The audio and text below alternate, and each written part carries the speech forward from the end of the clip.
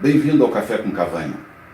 Estamos hoje com Arthur Watt, subprocurador-geral de Exploração e Produção da ANP, sócia fundadora do Mota Itabaiana Júlia Mota e o superintendente do Conselho Nacional de Instituições de Mediação e Arbitragem CONIMA, Tomás Souber.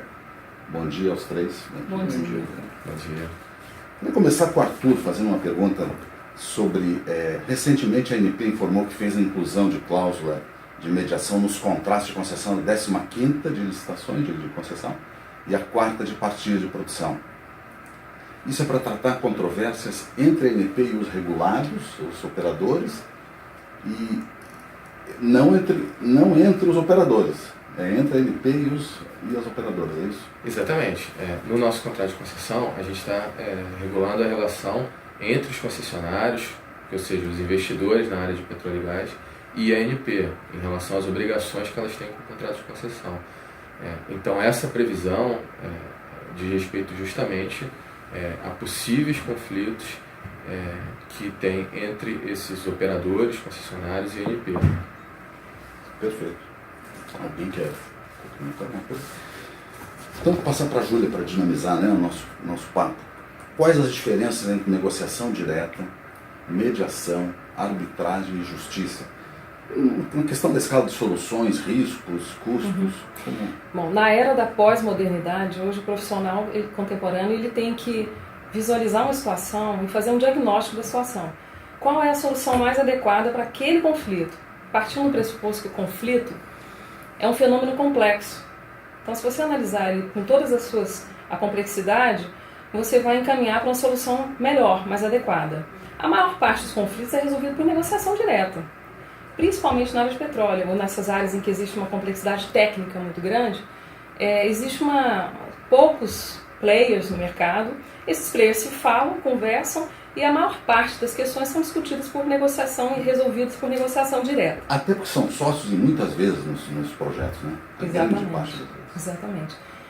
Quando acontece uma controvérsia que realmente esgotou-se todas as fontes de negociação direta, nesse caso você vai avaliar então se você vai partir para uma mediação ou para uma arbitragem ou para o judiciário. Obviamente que você tem que prever nas suas cláusulas contratuais a solução que você espera naquele caso, né? Como foi feito agora nos contratos da ANP, existe uma previsão de mediação que não existia até pouco tempo, existia somente a arbitragem. A diferença entre esses métodos, né? O judiciário, bem como a arbitragem, são métodos adversariais em que o paradigma, o pressuposto é de batalha. Então você vai para uma batalha judicial ou uma batalha em arbitragem que você vai tentar vencer o seu adversário. Então esse é o paradigma da arbitragem e do judiciário. Os métodos consensuais, como a mediação, a conciliação, os comitês de resolução de disputa e outros mais, eles partem de um outro pressuposto, que é o pressuposto de que os próprios envolvidos vão construir uma solução. Então tira um pouco aquela responsabilidade que é transferida para o Estado ou para o árbitro, de que ele tome a decisão, e as próprias partes vão construir uma decisão através, né, da mediação. Colaborativo mais do que competitivo. Exatamente, é um processo colaborativo que dá margem à maior criatividade, a maior possibilidades de resolução e de várias incompletas, você Tomás também pode me ajudar, mas que você cria um ambiente informal em que você pode propiciar soluções adequadas, inclusive que é um conflito, mas nem sempre é só um conflito. Dentro de uma mesma controvérsia, podem existir diversos conflitos. E aí você vai juntar e trabalhar esses conflitos. A diferença em termos de tempo, custo e risco. A mediação pode ser de 10 a 50 vezes mais barata do que uma arbitragem. E ela pode ser também muito mais rápida. Então, uma mediação, por exemplo, dependendo do caso, da complexidade do caso, você pode resolver em 2, 3 meses, 4, 5, 6 meses. Uma arbitragem, geralmente, você vai demorar aí de 6 a 2 anos. E o judiciário, você passa aí para 10 anos, né? Então, hoje a gente pode considerar que no Brasil, a gente não tem acesso à justiça, uma vez que o judiciário, pelo prazo de 10 anos, né, de 5 a 10 anos em que se resolve, você acaba concluindo de que não existe um efetivo acesso à justiça. Não sei se eu estou me alongando muito.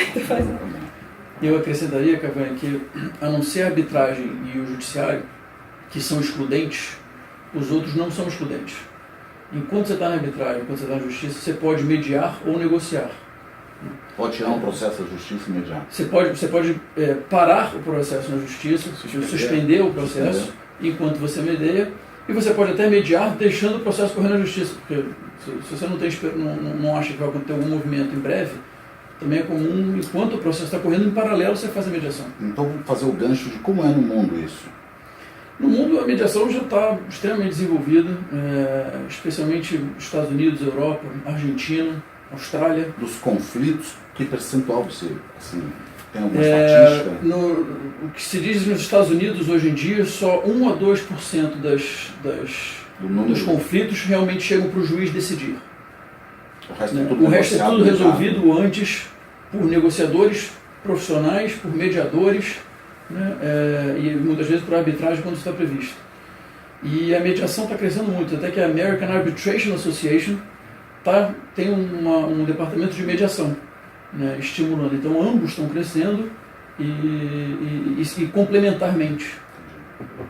Essa questão da complementaridade ela está muito refletida no contrato de concessão da ANP, em que a gente prevê uma cláusula escalonada, em que em um primeiro momento você tem uma negociação que pode evoluir para uma mediação, e caso não cheguem a um acordo, o litígio será solucionado pela arbitragem. Interessante, a escadinha de tentativa de solução pelo mais fácil, mais rápido. E aí aproveito, Arthur, a fazer um gancho com que assunto seria um motivo potencial, é óbvio, de arbitragem, justiça ou mediação na área de óleo e gás que você enxerga, principalmente relativamente ao regulador e aos seus funcionários? Nos conflitos dos concessionários e do regulador, que estão previstos no contrato de concessão, as questões envolvem cumprimento do PEN, muitas vezes restrições ambientais que as empresas estão enfrentando e que podem refletir no contrato, questões relativas ao cumprimento do contrato, das obrigações acessórias, até mesmo de conteúdo local. Então, são conflitos variáveis derivados do contrato. Já entre os próprios players do mercado, a gente tem uma situação específica que gera um maior conflito entre eles, que muitas vezes é trazido para a ANP, que nas negociações relativas à unitização de blocos. Nesse caso, compete à ANP dar a última palavra, mas isso não impede, até incentivado, que as partes não aguardem essa decisão externa e possam fazer uma mediação entre eles para resolver o conflito, até porque quando há essa situação de unitização de blocos, eles vão ter que conviver por muitos e muitos anos ainda. Então, quer dizer, evitando vir para a ANP, tentando entre eles resolver toda a questão. Se busca sempre a solução mais consensual. Mesmo que a ANP tenha que participar no momento posterior, final, ou até dar decisões ali em questões de urgência, se as partes conseguem compor, seja por negociação direta ou por mediação, isso é muito incentivado. A vantagem na mediação, Tomás, é a questão das relações continuadas. Então, ela é muito adequada para conflitos em que as partes têm relações continuadas que vão continuar se relacionando. Então, se você tem um contrato de 30 anos, né, uma joint venture, com um contrato entre duas concessionárias, e aquele contrato é por 30 anos, você não quer criar uma disputa, entrar numa disputa, numa arbitragem ou no judiciário. Você quer resolver. E principalmente se você tem outros envolvidos na disputa, como o IBAMA, ou a ANP, ou o próprio Ministério Público, você vai trazer para a mesa de mediação aqueles envolvidos no conflito.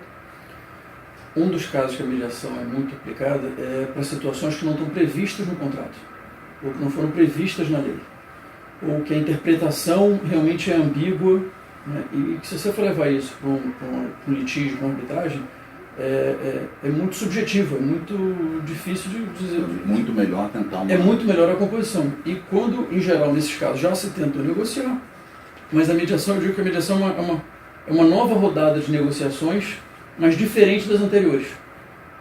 É comum as pessoas que não conhecem a mediação chegarem para mediar achando que é mais uma vez a tentativa de negociação, como já tentaram 10 vezes, já não deu certo 10 vezes. Então, na mediação é uma nova...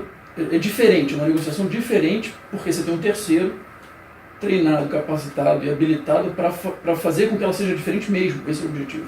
Então, gancho de novo, quer dizer, e o que precisa para ser mediador? Tem cursos? Como é que isso funciona? Tem cursos, você pode ser mediador judicial ou não. Para você ser mediador judicial você tem que ter feito o curso de 60 horas.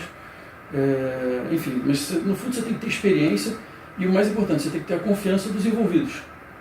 Se eles acreditam que você pode ajudá-los, você conseguirá fazer o trabalho. E em ONG ajuda? Porque existem habilidades, né? Porque se você leva para um terceiro neutro, você consegue, porque a mediação, ela entende, o Instituto da Mediação, que existe uma série de elementos subjetivos numa controvérsia que tem que ser enfrentados. Se você não enfrenta os elementos subjetivos, você não consegue resolver os elementos objetivos do conflito. Se precisa ter uma especialização, bom, aí é uma questão um pouco controvertida. Entendo que o mediador ele tem que ter uma qualificação, ele tem que ter uma capacitação técnica, ele tem que estudar mediação, né? Ele tem que estudar o conflito, ele tem que aprender as técnicas e as ferramentas de mediação. Mas ele precisa conhecer o processo produtivo também ou não? O processo produtivo, a minha opinião é de que para você atuar em determinado setor como mediador, é útil, é interessante que a pessoa tenha um conhecimento naquele ramo. Por quê? Dependendo da complexidade do assunto, o mediador vai ter uma compreensão mais rápida, porque uma das habilidades que o mediador tem que ter, habilidades pessoais e experiência, como o Damás falou, realmente é como um piloto de avião. O que adianta ele passar 10 anos estudando, fazer mestrado em pilotar e nunca ter pilotado um avião? O mediador é a mesma coisa, como qualquer profissional. De experiência, tem acúmulo de experiência. E o conhecimento em determinado setor é interessante porque ele vai ter uma análise e uma compreensão mais rápida. Então ele vai ajudar de uma forma mais eficiente. E nesse setor, como a gente enfrenta questões muito técnicas, no exemplo da monetização, ali você está tratando de questões de engenharia, geologia, reservatórios, como você sabe melhor que todos nós aqui, e as partes já têm essa experiência. Realmente uma pessoa que tem um conhecimento mais aprofundado da área, além das capacidades de mediação que a Júlia mencionou, com certeza é algo que acrescenta e tornaria o processo mais dinâmico, e você veria aquele mediador como alguém que está ali para facilitar e não alguém que vai ter que pegar todo o conflito, aprender tudo. Então realmente essa conjugação é muito interessante. Existem duas escolas na mediação, uma que diz que o mediador tem que conhecer muito bem o assunto para ajudar a achar a solução. E tem uma outra que diz que ele não precisa conhecer o assunto, porque o papel dele é viabilizar a conversa entre quem entende do assunto. Né? Então você tem as duas linhas. Agora, sem dúvida alguma, ele conhecer a linguagem que está sendo usada ajuda, porque senão ele está quase que excluído da conversa. Né? Tomás, tem que ser advogado para ser mediador? Não, não tem que ser. Inclusive eu não sou. Acho que eu sou engenheiro. Uma grande diferença da mediação para os outros métodos é porque na mediação a gente vai focar a discussão na discussão da solução e não na discussão do direito, da culpa, do que está escrito no contrato, na lei. É o foco no futuro e como resolver a questão. É uma visão que você sai daquela visão binária, né, do culpado e inocente, algoz e vítima, e você passa para uma visão mais colaborativa de que todos que participam do conflito de alguma forma se envolveram e precisam se responsabilizar também na resolução. E a solução libera para os novos projetos, para as novas coisas necessárias. Arthur, e o governo federal e também os estaduais, não sei que informação aí obviamente você tem disponível, como é que está nessa questão de mediação, arbitragem, como isso está avançado? Olha, na questão da mediação especificamente, o governo federal está muito avançado porque já existe um projeto de vários anos que é a Câmara de Conciliação e Arbitragem Federal, que é a CECAF, que vem realizando especificamente mediação entre órgãos públicos, seja entre órgãos públicos federais ou entre um órgão federal e um órgão estadual, municipal ou até particulares. Sempre entre o governo? Sempre. Não com terceiros? Pode envolver terceiros, mas pelo menos um órgão estatal, porque senão seria uma prestação de serviço externo. Mas pode envolver, por exemplo, interesses da sociedade ou de associações em face do governo. Então existem muitos conflitos que a Câmara de Conciliação e Arbitragem da AGU tem feito um papel bastante importante desenvolvido na resolução desses conflitos. Já quanto à arbitragem, com a mudança da Lei de Arbitragem de 2015, todo o governo federal tem buscado se desenvolver no campo da arbitragem. Mas nesse campo a gente pode dizer que a ANP está bastante avançada, porque a nossa legislação de 1997 já previa a realização de arbitragem e os contratos todos desde o ano de 2000 trazem essa previsão. Então já houve tempo de, lógico, a maioria dos contratos eles se executam normalmente sem qualquer conflito, mas já teve mais tempo para alguns contratos desses surgirem alguns conflitos que têm sido resolvidos na arbitragem. Então, nesse ponto, acho que a ANP e a nossa Procuradoria ela tem um papel pioneiro bastante avançado na questão da arbitragem. Na área de petróleo, acho que é interessante observar que o novo regulamento da Petrobras, ele inclui mediação.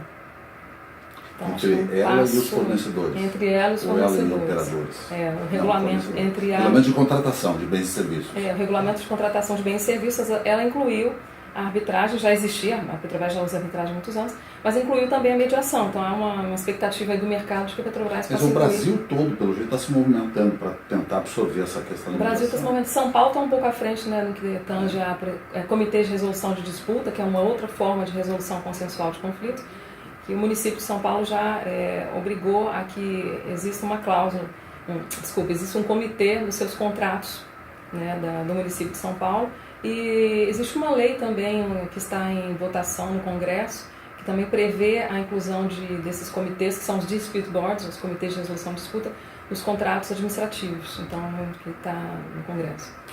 Como se contrata um mediador? Pega o telefone e liga para quem? Primeiro você vai procurar no Google, né? Mas tem várias câmaras pelo Brasil todo. O site do CONIMA lista todas as câmaras associadas ao CONIMA.